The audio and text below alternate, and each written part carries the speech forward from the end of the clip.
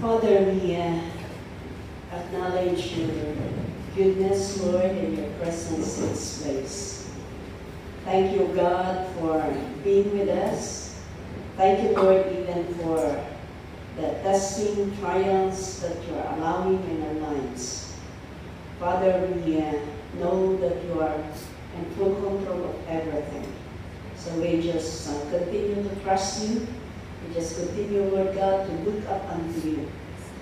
And we thank you because we know that we will never forsake your people as you continue, Lord God, to focus their eyes on you.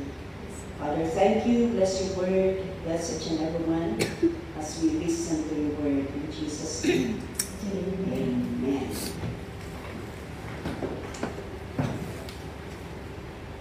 Praise, praise, praise. Okay, so magandang hapon. Magandang hapon sa inyong lahat.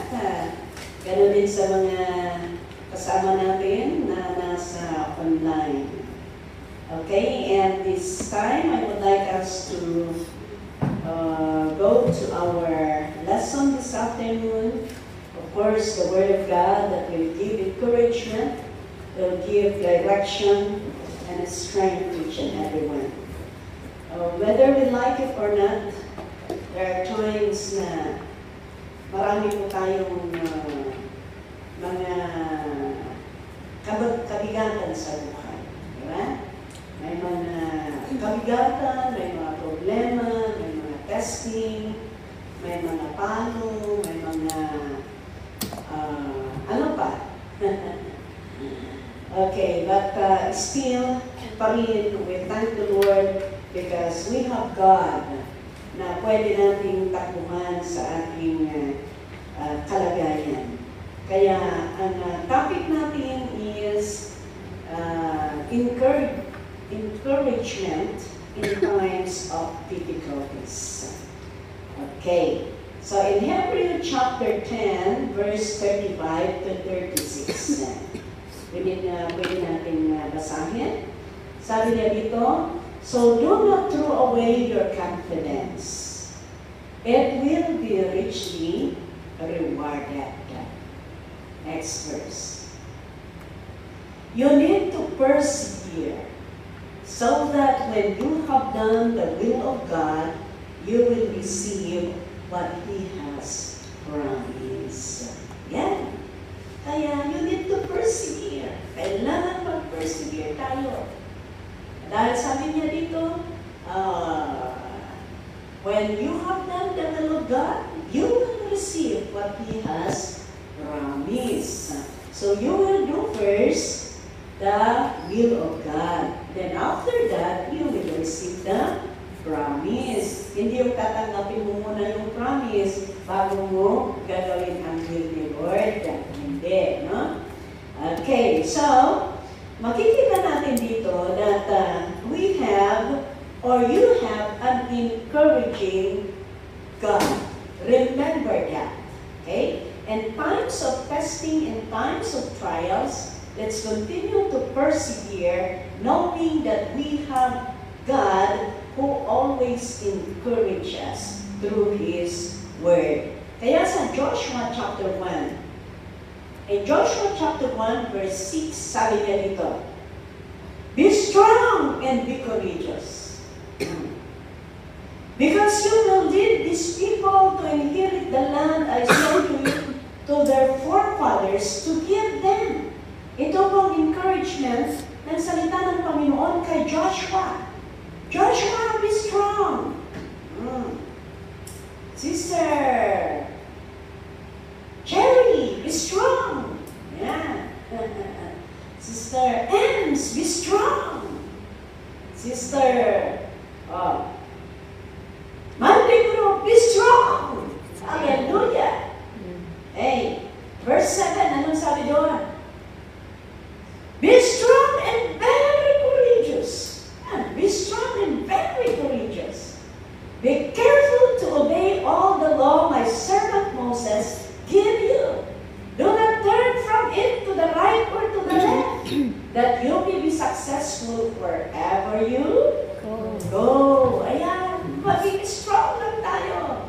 Maging courageous tayo. Pero may sabi dito, be careful to obey the law my servant Moses give you. Yan. Yung pag-obey pa rin natin, sige. Kahit nandyan ang difficulties, kahit nandyan ang testing, kahit nandyan ang mga pagsubok sa buhay, huwag nating tatalikuran yung pag-obey sa salita ng Panginoon.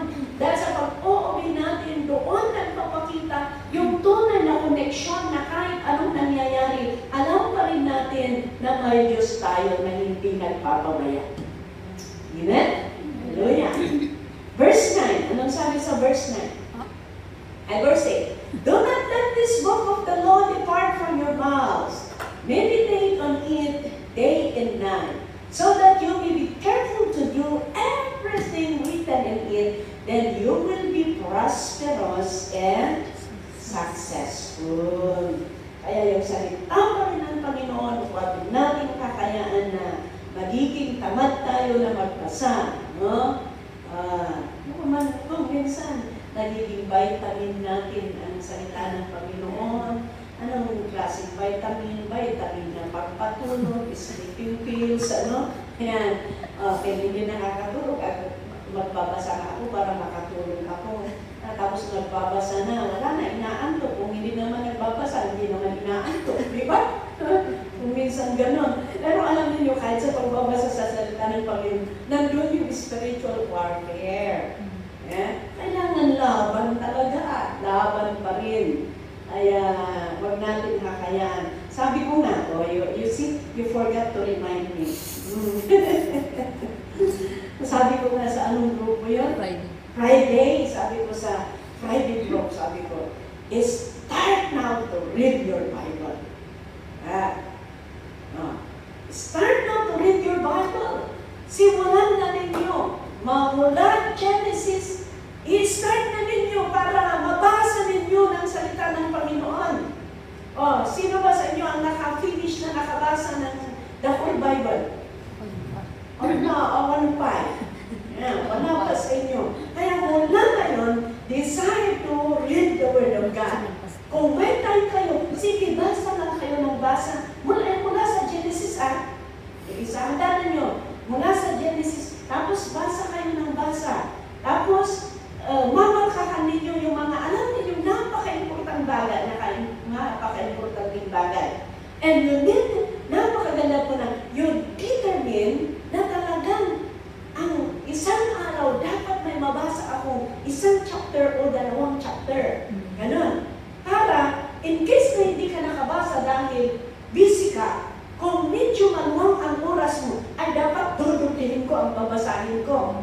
Para in case na hindi ako makabasa, at least man lang na nabasa ko yung na dapat kong basahin. Ganun. You need to have that determination na talagang basahin mo. And I would encourage also, kayong mga Monday, lahat tayo. Gusto ko din ulitin na basahin ang salita ng Panginoon, ang Bible. Sister Lisa forgot to remind me. Sinabi ko sana din sa Saturday at saka sa Sunday. Nakalimutan ko. But, ayan, God reminded me. Mapalad kayo dahil God reminded me para i-start din ninyo mga Monday group. Sino may gusto na i-start niya na magbasa mula Genesis para mabasa niya ang Bible? Sino sa inyo? Amen. Very good. So, start now. Start now. Kung nabasa ninyo ang Genesis, report to me. Pastora, I read already Genesis. Yan, gano'n na gawin natin para talagang it's our own good. Amen? Kahit parang napilitan tayo, pero it's our own good and it pleases God. Yan? Yan. Okay. So, ganun. Number 9, verse 9. Have I not commanded you? Be strong and courageous. Do not be terrified. Do not be discouraged. For the Lord Lord your God will be with you wherever you go. Napakasarap pakinggan ang encouragement ng Panginoon. Diba? Hindi ko ba sinasabi? Sino mo po pa dito? Sino mo nang lulubay pa dito? Sinasabi ng Panginoon, hindi ko ba sinasabi sa iyo, maging strong ka, maging courageous ka. Huwag kang matakot sa anumang problema. You accept and you see na talagang ang Panginoon ang namumusap sa iyo. And you will be strengthened. Amen. Okay, number 2. You have encouraging promises from the Word of God. Oh, may mga pangako ng Panginoon na nag-i-encourage sa bawat isa sa atin. Ano yung mga pangako ng Panginoon? Okay. Let's see. Tingnan natin, mga kaibigan. Tingnan natin. In Exodus, chapter 23, verse 1. Sabi niya dito, if you listen carefully to what He says and do all that I say, I will be an enemy to your enemies. And will oppose those who oppose you. Tingnan niyo ito. If you listen carefully to what He says and do all that I say, sabi niya dito, I will be an enemy to your enemies. Kung sino ang enemy mo, enemy din ito. Kaya, kung sino ang kalaban mo, kalaban din niya. Kaya kung siya ang lalaban, mananalo. Sigurado yan. At sabi pa dito, and will oppose those who oppose you. Napakaganda itong mga salita ng Panginoon. Kaya makita natin dito ang mga promises ng Panginoon sa mga tapat sa Kanya. Next verse. Ano pa? Yan. My angel will go ahead of you and bring you into the land of the Amorites, Hittites, Perizzites, Canaanites, Hivites, Jebusites, and I will wipe them out. You see? Kung nalagay my angel will go ahead of you. Ang mga anghel ko, mauuna. Mauuna siya. Kaya kung makarating ka na, tapos na ang laban. Hallelujah. Tapos na kasi ginawa niya. Next verse. I will grant peace in the land and you will lie down and no one will make you afraid. I will remove savage beasts from the land and the sword will not pass through your country. You are safe. You are safe. Ulay ang kalaban mo kahit may titindi ka at peace ka. Kahit may kalaban ka, alam mo na nananalo ka. Kahit may kalaban ka, alam mo na mayroon kang kasama na nauuna na. You see? Kaya makita natin dito na hindi ka papabayaan ng Panginoon. Kung talagang the condition is if you will do what I say. Kaya kung tayo yung gumagawa kung ano ang kautusan ng ating Panginoon, hindi tayo malulunod. Hindi papaltos ang salita ng Panginoon. Papaltos ba? Tama ba yung papaltos? Papalya. Na hindi magpapalya ang salita ng Panginoon. Hallelujah, praise the Lord. Kaya napakabuti ang ating Diyos. Okay. And Leviticus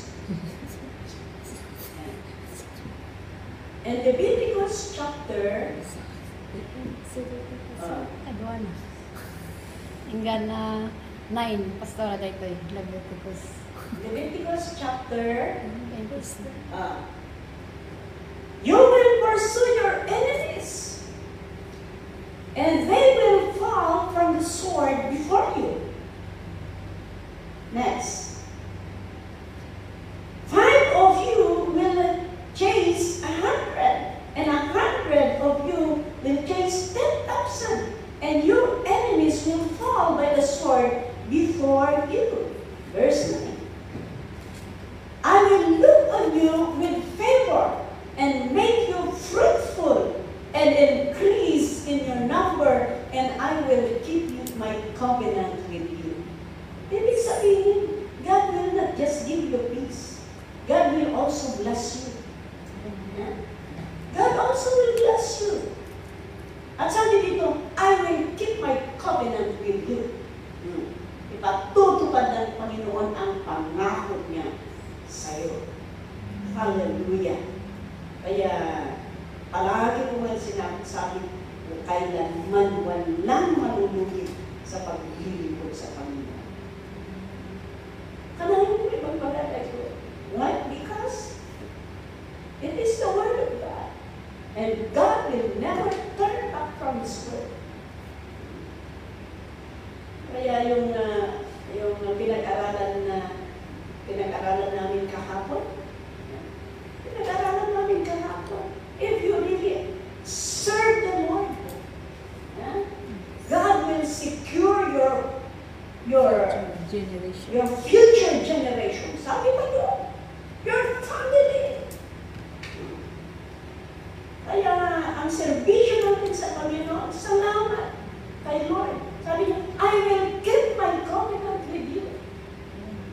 So handa ka rin nagsasaluti para sa gagagatan tayo. You know, this time we need really to command ourselves. Alam niyo, these last days, kailangan talagang tulungan natin ang ating sarili. Nung mauupay tayo at uupahin tayo, timang gabi tayo, awalan. We need to really fight. We need really to stand. Huwag natin hayaan na hantay niyo kay tulog niya na tayo na lumat matulog tayo, pati tutulog tayo, kasi yan, kasi lumat matulog tayo. Kung inaantok ka, anong gagawin mo? Ikatibos, di ba? Ako, kung talaga, sabi ko, kung minsan talaga, gusto mong matulog, di ba? Gusto mong matulog. Kasi parang pagod ka. Parang gusto mo pang kulang ang tulog mo. Pero kung ginagawa ko, sige, bangon na lang. After na bangon, sige, maligo. Kung maliligo ka, wala ka yung awanan niya yung memoryo. Awanan ni Jay, lalagot ka. Ganon. Wala na yung kwan. Kung maligo ka agad. My point in here is that we need to really do our best na talagang tulungan natin ang sarili natin. Kagaya ng sabi ni David na he is commanding himself to really serve God. Ganun din ang gawin natin. Hallelujah. Okay. Anong number na tayo? Number? 3. Number 3.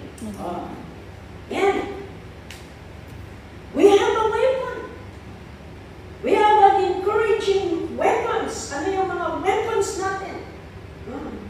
Maraming mga bagay na nagbibigay ng dismaya or nagbibigay ng kung minsan i-stress ka. Diba? Ay, naku, tumawag ka sa Pilipinas. Wala pang good news na marireceive mo. Tapos si amo mo. Si amo mo, kung ano-ano yung pinapagawa, kahit hindi ikaw ang kumuha. Dahil may Alzheimer. Akala niya kinuha mo. Ayan. Hinahawakan niya pala. Pero we praise the Lord, we have the weapon. Ano po yung mga weapons natin? Okay? In Ephesians chapter 6, verse 18. Tingnan na natin. Verse 18 and 19. Sabi niya dito, pwede bang 17? Meron ba? Ipapasa. Pwede naman. Pray in the Spirit in all occasions, with all kinds of prayers and requests. With this in mind, be alert and always keep on praying for all the saints. Yan. Ang weapon natin, manalangin sa Panginoon. Manalangin. Ano man ang problema, ano man ang sitwasyon. Let us pray to the Lord. Yan. Lord, at tapos sabi niya, and requests. Yan. Next verse, verse 19. Anong sabi doon? Pray also for me. Sabi ni Paul. Pray also for me that whenever I open my mouth, words may be given me so that I will fearlessly make known the mystery of the gospel. Kaya sa panalangin din ninyo, idagdag ninyo, ipanalangin ninyo mga pastor, panalangin ninyo mga leaders yung nag-share ng Word of God para mabigyan sila ng boldness, para mabigyan sila ng kalakasan at sila po ay magiging epektibo sa kanilang paglilingkod sa ating Panginoon. In James chapter 5, starting verse 13. Is any of you in trouble? He should pray. Kung natutrouble ka, manalangin ka. Amen? Imbis na magmulit ka, manalangin ka. Yan. Sabi niya, is anyone of you in trouble? He should pray. Is anyone happy? Let him sing songs of praise. Magandang umawit. O kahit natutulungan ka, magandang umawit pa rin. Di ba? Magandang umawit. Next verse.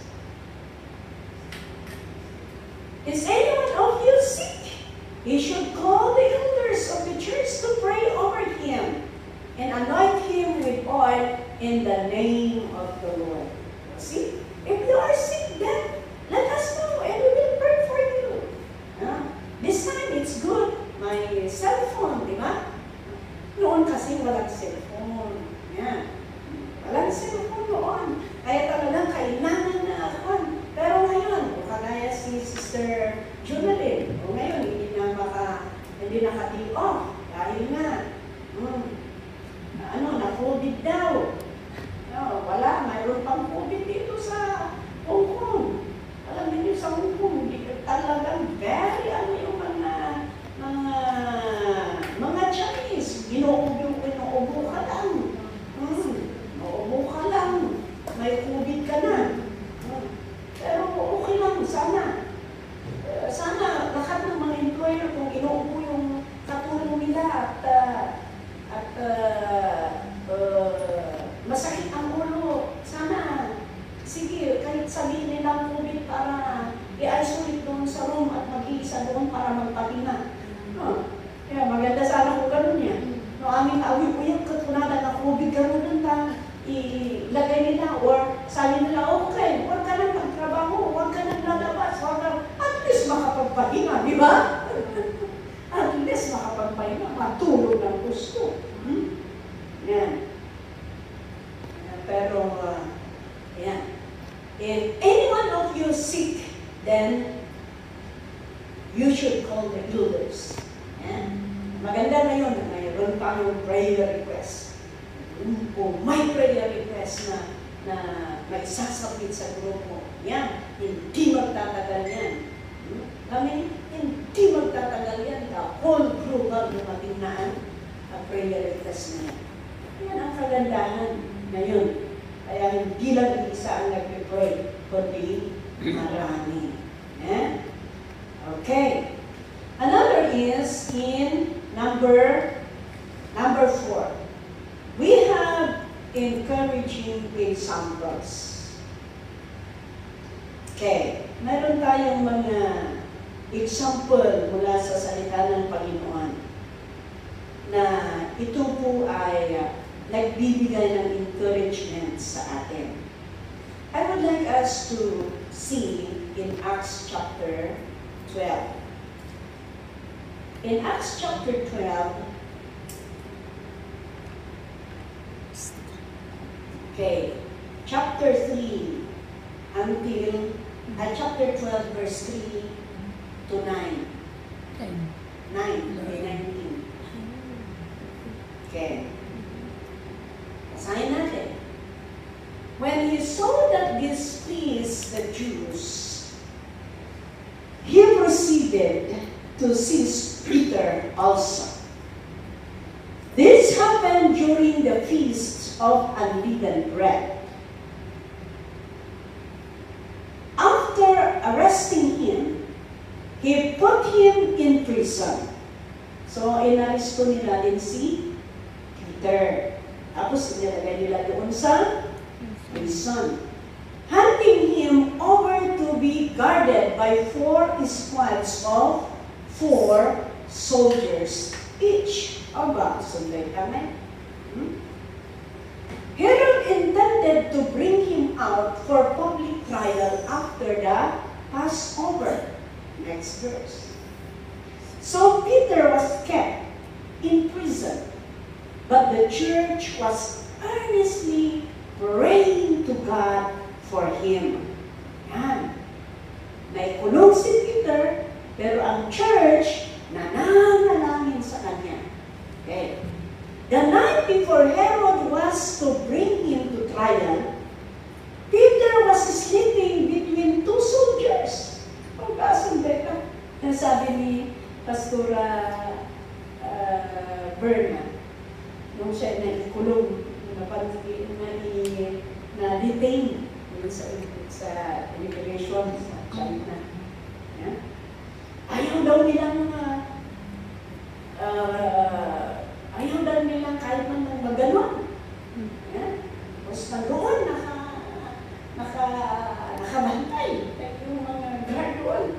Tapos, nakatutok daw ang video. Talagang nakatutok ang video sa kanya. Di daw nila inaalis yung video. Talagang nakatutok sa kanya. Dito, sabi niya, Peter was sleeping between 2 soldiers. Yan, nagtandaan tinuwa nga sundalo. Bound with 2 chains. And sentries stood guard at the entrance. Yan. Nagwawardyan lang doon, nagkakalutan pa. Next verse. Suddenly, you see, suddenly an angel of the Lord appeared and a light shone in the cell. He struck Peter on the side and woke him up. Ay, yung angel ka, tinugkik na ni Peter, angel side na. Ginanon siguro yung angel, ano? Ginanon yung angel si Peter, kaya nagising si Peter. Ang galing naman yung angel na yan. Yeah? Tapos sabi yung angel, "Quick, get up," he said. And the chains fell off Peter's wrists. Yeah. Yung chain, biglang nahulog. Galing naman ito. Next. Then the angel said to him, "Put on your clothes and sandals." And Peter did so. "Wrap your cloak around you and follow me." The angel told him, "Yeah, sige, mag-rope ka na. Sundan mo ako." Ang galing, no? Ang galing. Next verse. Then the angel, Peter followed him out of the prison. But he had no idea that what the angel was doing was really happening. Wala siyang idea. Akala niya na nanaginip si Peter. Totoo pa na yung nangyayari. He thought he was seeing a vision. Ang akala niya, tinitingnan na vision lang. Ilagdag mo ngayon. Next na. Sige. They passed the first and the second guards and came to the iron gate leading to the city. It opened for them by itself, and they went through it. When they had walked the length of one street,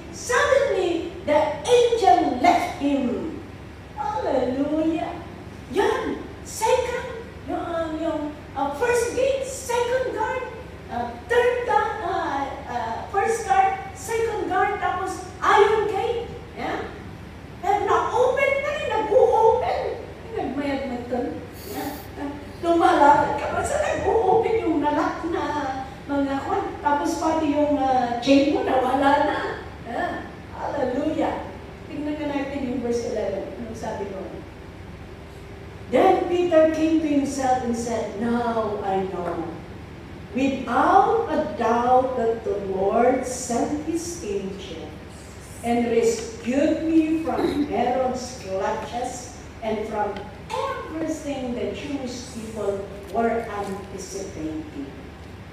You see that? God can rescue. God can rescue us. Ura ikanin na kati kauuno na kahit dadalhin ka doon sa pinaka-inner na chamber. God can do miracle. God can send His angels para mabuksan kung ano man ang mga bandages sa buhay. So that we can get out from the grave of sin or from the kulungan ng kaaway. Purihin po ang Diyos. Our God is a mighty God. Our God is a miracle God. You see, mga kapatid, napaka-ganda po ang ginawa ng Panginoon. Kahit sa ating sitwasyon ngayon, God can send His angels to preserve you. God can send His angels to save you, even your family. That is the promise of God. We can see all the example, like Jeremiah. We can see si Jeremiah. Alam niyo si Jeremiah, kahit nag-suffer, dinala doon sa dungeon. He sunk in the mire to keep the 30 men for the car to lift him up. But you know, God sent one Ethiopian to deliver Jeremiah. Nung ibaon niya ako, Diyos, na ma-deliver, maiaon ni Jeremiah. In the midst of his dark life, difficulties, God made a way. And the same, mga kaibigan, pwedeng gagawin ng Panginoon niya sa bawat isa sa atin. So ano pa ba na? Sino pa ba ang iba natin sa paglingkuran? Napakabuti ang ating Diyos. God sent Pharaoh's daughter, even Moses. You know, God, in times of darkness sa buhay ni Moses, God sent Pharaoh's daughter to preserve Moses. Ano? He sent His angel to deliver Peter out of prison. And God can also send His angel so that He will help you kung ano man ang kalagayan ninyo at kalagayan ng mahal ninyo sa Diyos. Hallelujah! Praise the Lord! Purihin ang ating Panginoon. Kaya napakabuti po ang ating Diyos. Napakabuti ang ating Diyos.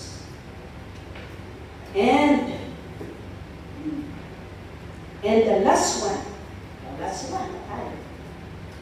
we have encouraging experience. Let us see in the book of what is this experience na nakaka-encourage sa bawat isa sa atin. And 2 Timothy chapter 4 verse 16, sabi niya, "At my first defense, no one came to my support." Can you start in verse 15? Tama. Sige, nakita na. Kita tayo ng 15. Mayroon ba? 17 verse 15.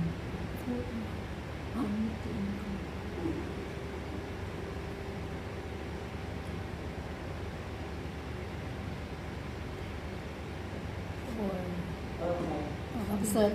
Wala? Absurd. Tingnan na natin kung Okay. You should be on your guard against him because he strongly opposed our message. Okay. That is Paul telling his experience to Timothy, the young disciple. Next verse. At my first defense, sabi niya, nung una, sabi niya, no one came to my support. Ibig sabihin, nag-isa. But everyone deserted me. May it not be held against them. Next verse. But the Lord, sabi niya dito, but the Lord is stood at my side and give me strength. Awan din supupuntahan niya, sabi niya. They're all against me. Pero sabi niya, but the Lord is stood at my side and give me strength, so that through me the message might be fully proclaimed and all the Gentiles might hear it. And I was delivered from the lion's mouth. Wow. Tingnan ninyo. Alam niyo kahit si Daniel, ang preaching ko kahapon, kahit si Daniel, talaga, itinapon nila doon sa lion's den. Pero, ang nangyari, ang daming yun doon. Pero naging friend ni Daniel. Naging friend ni Daniel. Kaya, nagiging, imanos, kakaro. Nagiging maamo sila kay Daniel. Yan. Pero, dahil sa panalangin ni Daniel, yung paglilingkod niya sa Panginoon, kaya ang hari masaya dahil hindi kinain ng leon si Daniel. Pero nakita ng hari ang kapangyarihan ng Diyos ni Daniel dahil kumilos ang Panginoon. Alam niyo, anong nangyari? Yung kung sino ang nagtapon kay Daniel, naitapon sila din doon sa lion's den. Alam niyo, hindi pa sila, sabi yung salita ng Panginoon, hindi pa sila, nakarating doon sa floor. Na-crush na, pati yung mga bones na nila, kinatin ng lion. Siyempre, gutom na sila. Gutom na sila dahil hindi nila kinain si Daniel. Diba? Hallelujah. Siya, kahit dito, sabi niya, and I was delivered from the lion's mouth. Praise the Lord. And verse 18. The Lord will rescue me from every evil attack and will bring me safely to His heavenly kingdom. To Him be glory forever and ever. Amen. Hallelujah. Praise God. The Lord rescue me from every evil attack and will bring me safely to His heavenly kingdom. Kung ganun ang gagawin ng Panginoon, kung ganun ang ginawa ng Panginoon sa kanyang mga anak na tapat na naglilingkod noong una, pwede din gawin ng Panginoon sa bawat isa sa atin. Ano ang kondisyon? If we carefully obey the command of God and we will walk in line to His will, God will fulfill His word and His promises upon us. Amen? Why? Because the Lord God is the same yesterday, today, and forever. Our God never changed. If God did miracle before, saved His faithful servant before, God can save and God can do miracle to His people who is continually walk with the Lord faithfully. Amen. Amen. And that promise is for you and for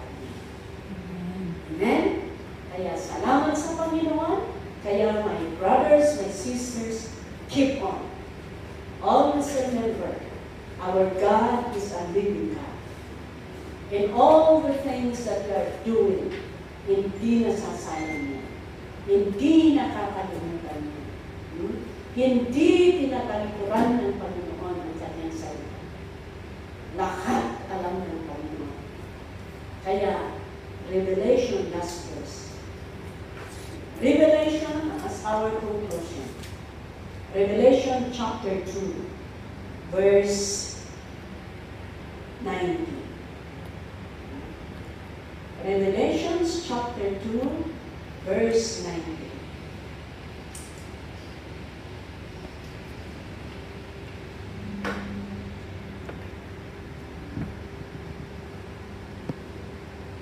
Hallelujah. Sabi niya, I know your deeds, your love and faith, your service and perseverance, and that you are now doing more than you did at first. See? I know your deeds, sabi ng Panginoon. Alam niya. Alam niya ang pagmamahal mo sa Kanya. Alam niya ang pananampalataya mo. Alam niya ang serbisyo mo. Alam niya ang pagpupursige mo.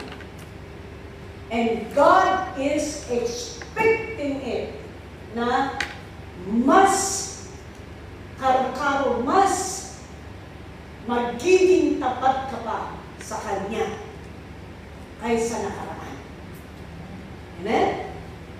Kaya, palagi kong sinasabi, walang malulugi sa tunay na paglilingkod. Palagi kong sinasabi, walang malulugi sa tapat na serbisyo. Kaya yung ginagawa mo, trabaho mo para sa iyo, para sa pamilya mo, para sa sarili mo, I tell you, it will end up sa buhay natin dito sa mundo. But everything that you're doing for the Lord, ang ginagawa mo para sa Panginoon, ito po ang bagay na eternal, na kailanman hindi mabubura kung ano ang reward mo. Amen? Kaya, I'm challenging each and every one. Let's continue to serve God. Despite sa mga pangyayari sa buhay natin.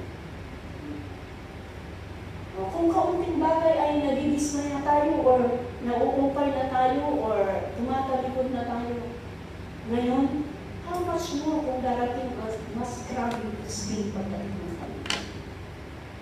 Simple lang ang testing natin ngayon. Pero habang lumalapit ang pagdating ng ating Panginoon, magiging worse at magiging matindi ang mga pagsubok. Kaya, para makakaya natin pagdating ng panahon, kailangan sanayin natin ang ating sarili.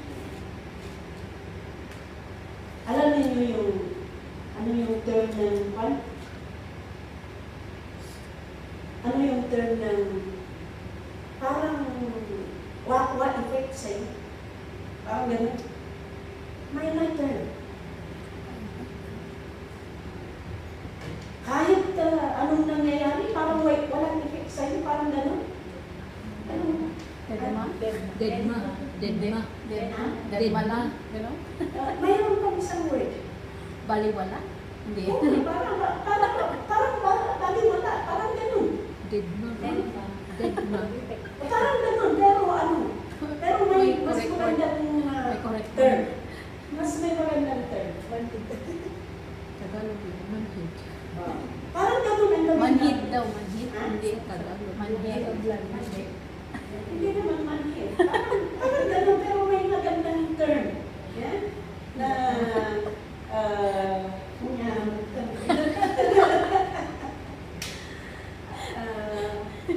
nandito sa ano, pero parang hindi ko maiwan. Yung sanayin natin ang sarili natin. Yan? Turuan natin ang sarili natin na kahit anong mangyayari, hindi tayo magiging. Parang gano'n. Kahit anong mangyayari, hindi tayo magiging. Para kung darating man ang mas lalo pang pagsubok sa buhay, parang nasanay na tayo. Parang nasanay na tayo. Parang ganun. Kaya, my brethren, go on.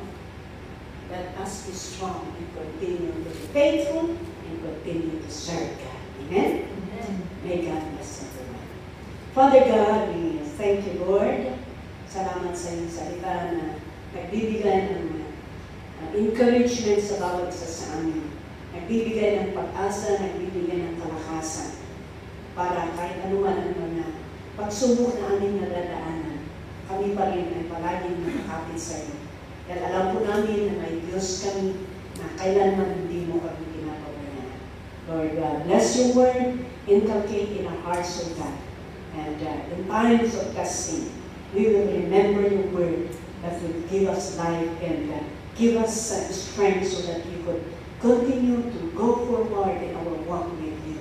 We will continue to march onward, Lord God, for the glory of your name. Father, thank you, Lord. Help us, O God, in our journey so that we will not be left behind if you will come, but we will meet you in the air and we will be with you forever. Father, thank you, God, in Jesus' name. Amen.